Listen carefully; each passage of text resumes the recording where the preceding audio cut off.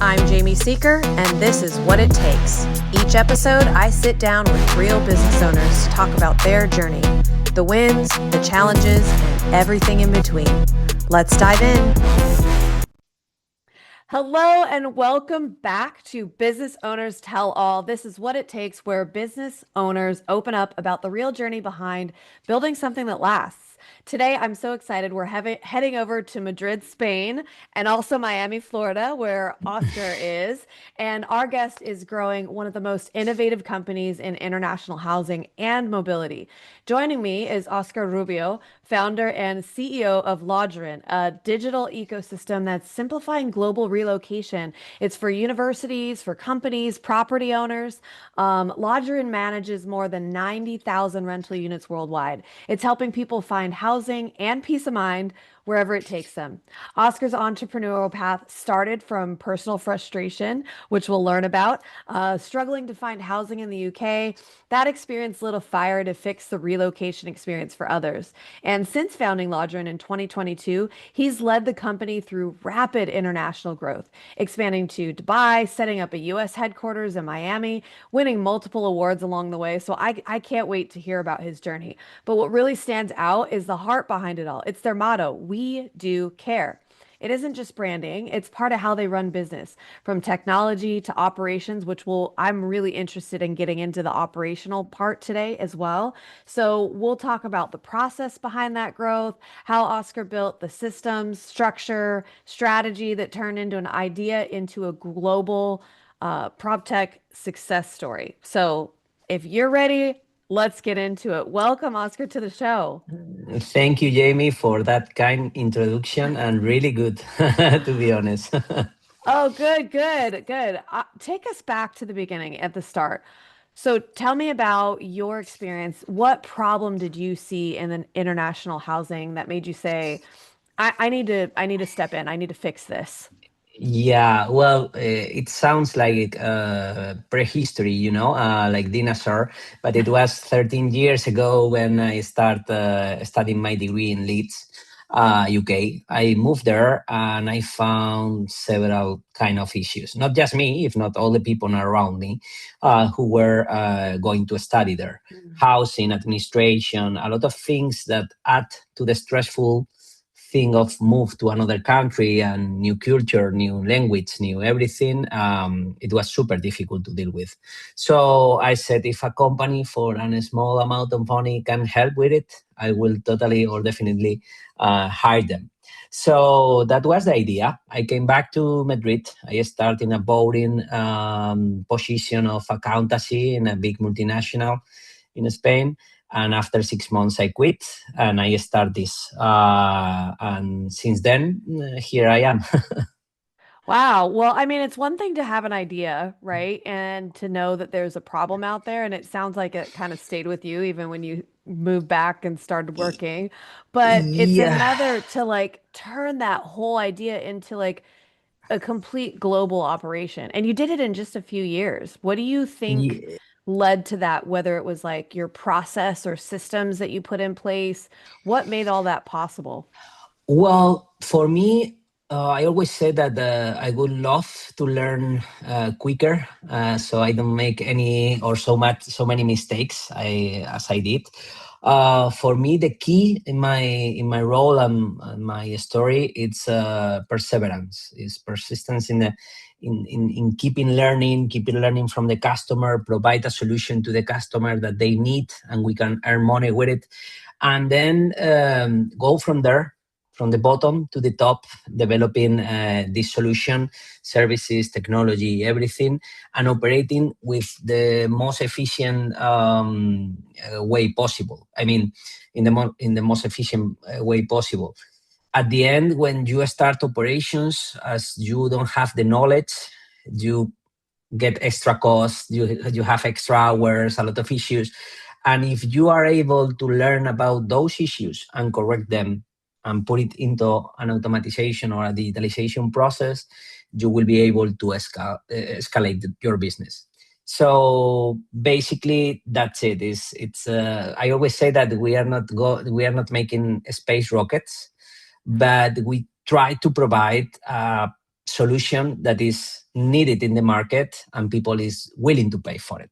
So I always said, let's start for validate the idea with real customers before you go to get invest or develop any product or anything.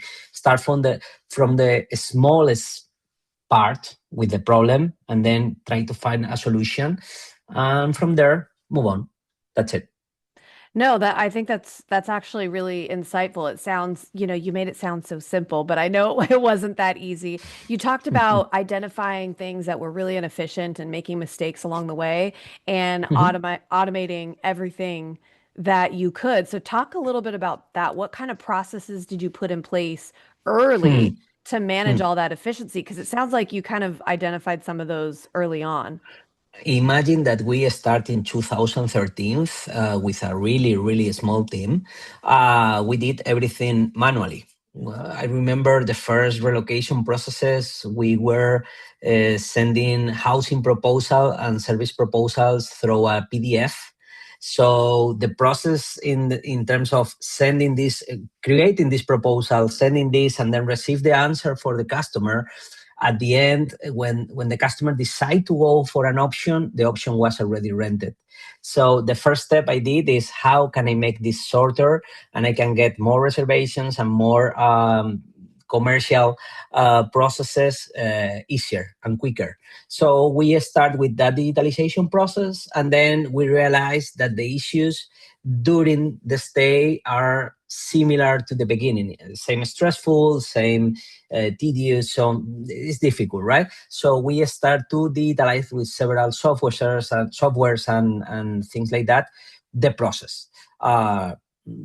Signature on the contracts, complaints, incidents management, chat, all that stuff. The issue was that we had everything decentralized. So at the end, it's difficult when you manage so many tools to have everything under control and be efficient on timing. So in that moment, at the same time, COVID comes, we almost died, physically and mentally and in every aspect. And we create this project, which is Lodgerin. At the end, is the conclusion to all our experiences in the past. With Lodgerin, what we create is a digital ecosystem, as you mentioned at the beginning, with connecting all the stuff and digitalizing every aspect and process into the relocation. So at the end, we always have been doing the same after, because our market is it's temporary in terms of they have peaks during the year. So after each peak session, we develop new features, new improvements, and that is the way. Go step by step, finding solutions to the urgent and important matters that you have in the operational process. And at the end, if you stay in the market so long as we did, you can get the solution. That's so good. But how did you guys keep, because it sounds like you had to absolutely leverage your technology and balance that automation. How did you do that and keep your branding for like human touch and like that personalization there? Because that's a tough balance to have. It is indeed. But now in this era of digitalization, AI, and all this stuff, people is looking as well for support. The support, it's not just about having one person listening all the issues that somebody can have. It's going ahead those issues, identify those issues, teach the people who is using the software, prepare a good onboarding and a good support in the beginning. So if you do that, then when you are having a customer in a long time, they are so attached to the project. They get the culture of as any other employee or provider or whoever. We always use the we do care not just for the customer. People think we do care. We do care is because you take care of the customer. No, we do care is how we deal with everything into the company, all the operational processes, employees, shareholders, society, providers, customers, everyone. This is something I learned in the accelerator program in Lanzadera like 3 years ago.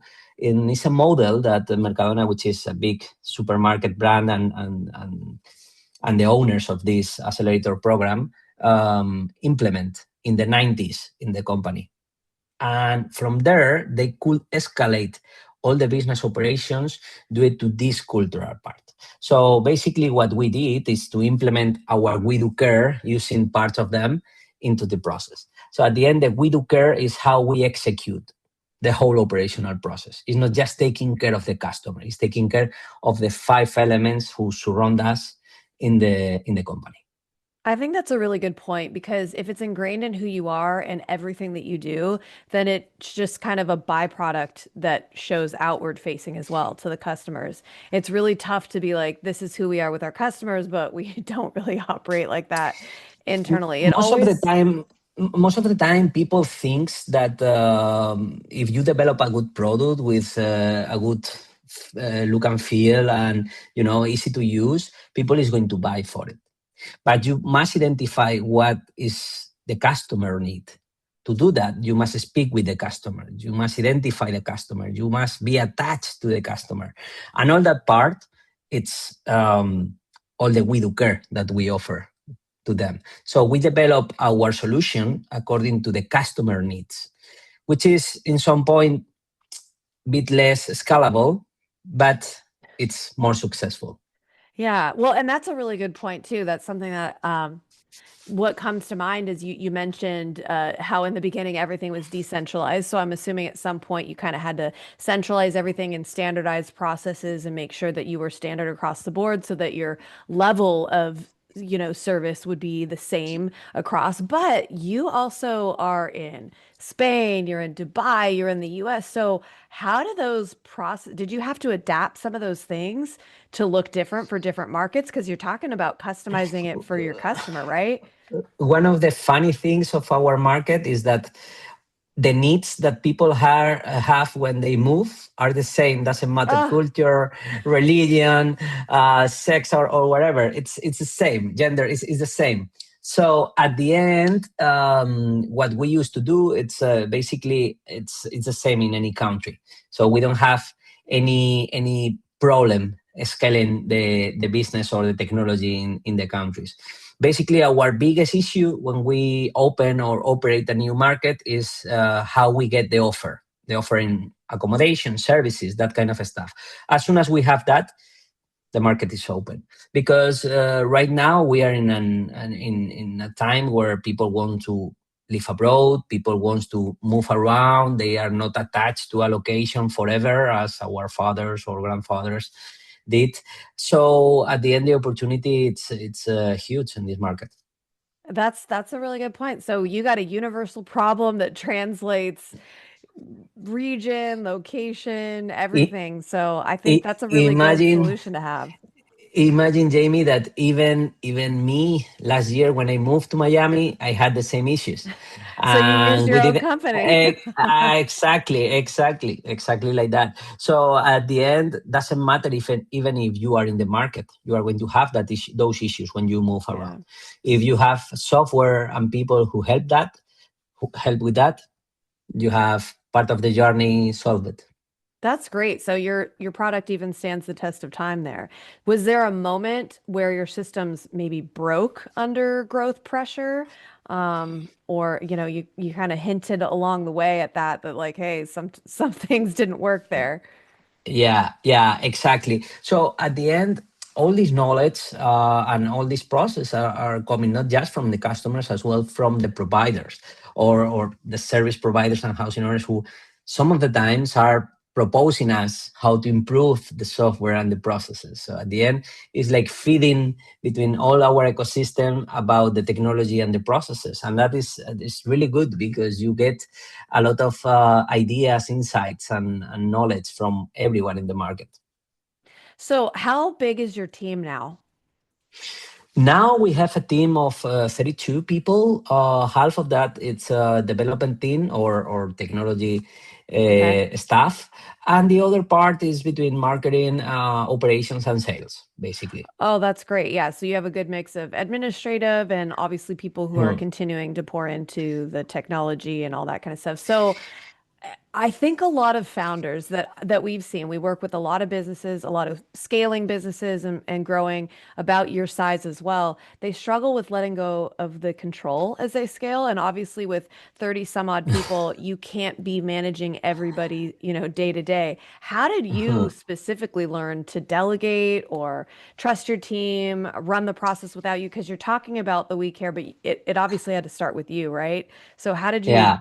talk me through that for you, your experience with Well, that. I have been thinking on that during all this year. I read like 3 4 books of scaling up and all that stuff.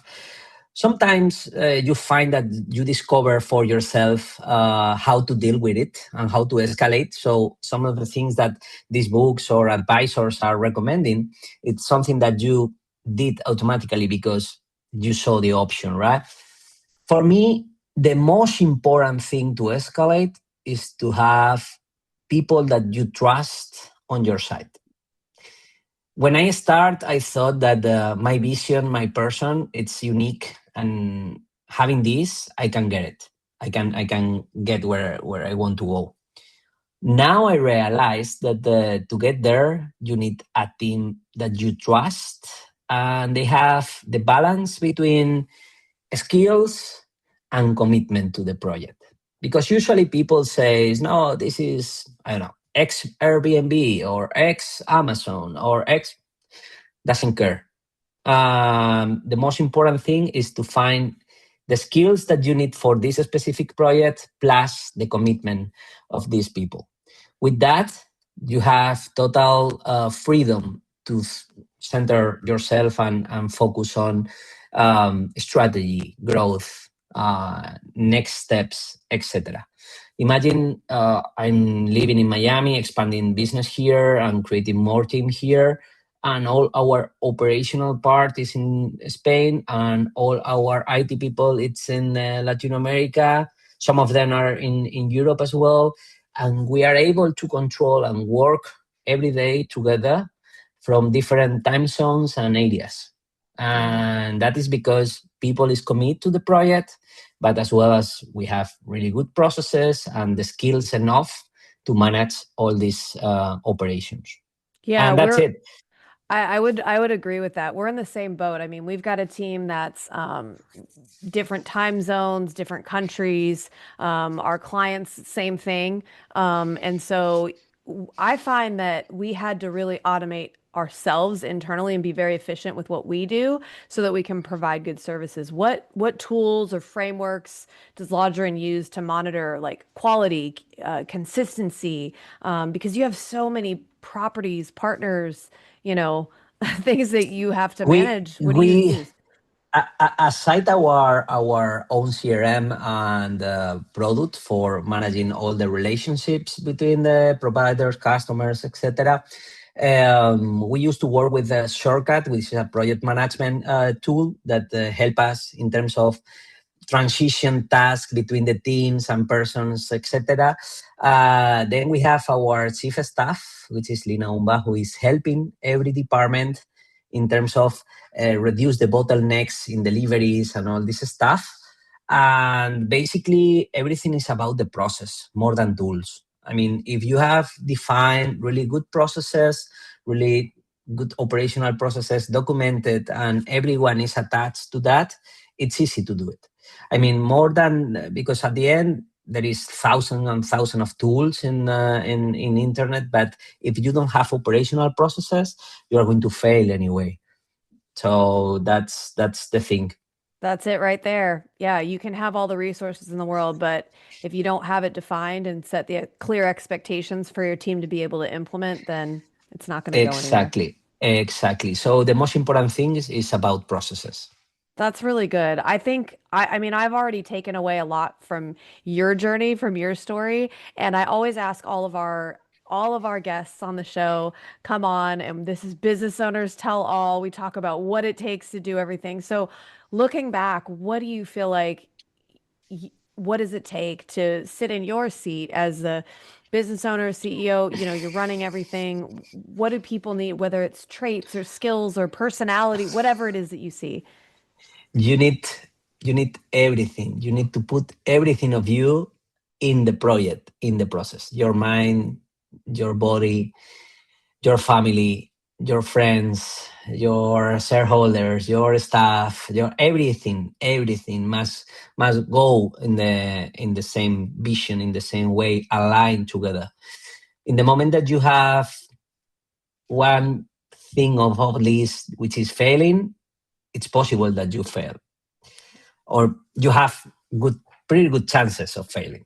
So if on my past I wouldn't find my wife or that same vision sharing that we have, I'm pretty sure that I won't be here, because you have to work 16, 18 hours a day for a regular salary that usually at the beginning, when you start, you don't have even a salary. And you must sacrifice time with the friends, time with the family, time with everyone, and just focus on this. So at the end, it's quite difficult to get what you are looking for if you are not aligned with all the external factors that you have surrounding you. Yeah, that's really good. I like that. I find that a lot of entrepreneurs are all in like that. The ones that find success, it's all in and finding it. And it's not like one or the other, this or that. It's really just who you are. And I see that in your company and what you've done there. Wow, what a powerful conversation. I love how you broke down the idea that caring and process, it doesn't have to be opposites. You can scale globally and you can keep that human touch that you talked about when your systems are built with empathy and it's ingrained in you and your team. And you talked about streamlining international housing to building really a truly connected ecosystem is what it is, right? And so I It think is. Lodgerin's story is proof that solid processes are what make innovation sustainable. So if people are hearing this podcast and they are like, okay, I actually am looking at relocating, or hey, I've got properties, I want to, work with you, where can they find you and your team? Well, in our website, we have all the forms to reach us, sales team and marketing team as well. And we will be eager to receive any interest of the people who wants to know more about Lodgerin and explain. Yeah, so check that out, lodgerin.com. We can also put, how to find you guys in our show notes as well, whether it's LinkedIn or anything like that. Thank you so much for Perfect. joining us. I think that you've shown us what it takes to lead, both with structure, but also with who you are and your heart, and like leading first with that. I think that says a lot. So to our listeners, thanks for tuning in to Business Owners Tell All. We talk about what it takes here. And if you love this episode, share it with a fellow entrepreneur who's building systems that matter like this. I think there's a lot of good takeaways from here. So until next time, keep building, keep improving, and as always, keep caring. If you learned anything from this episode, keep caring. Thank Thank you. you. Thank you, Jamie. Would you or someone you know like to be featured on this podcast? Our applications are now open. Apply today at seekersolution.com and click on the podcast link to get started.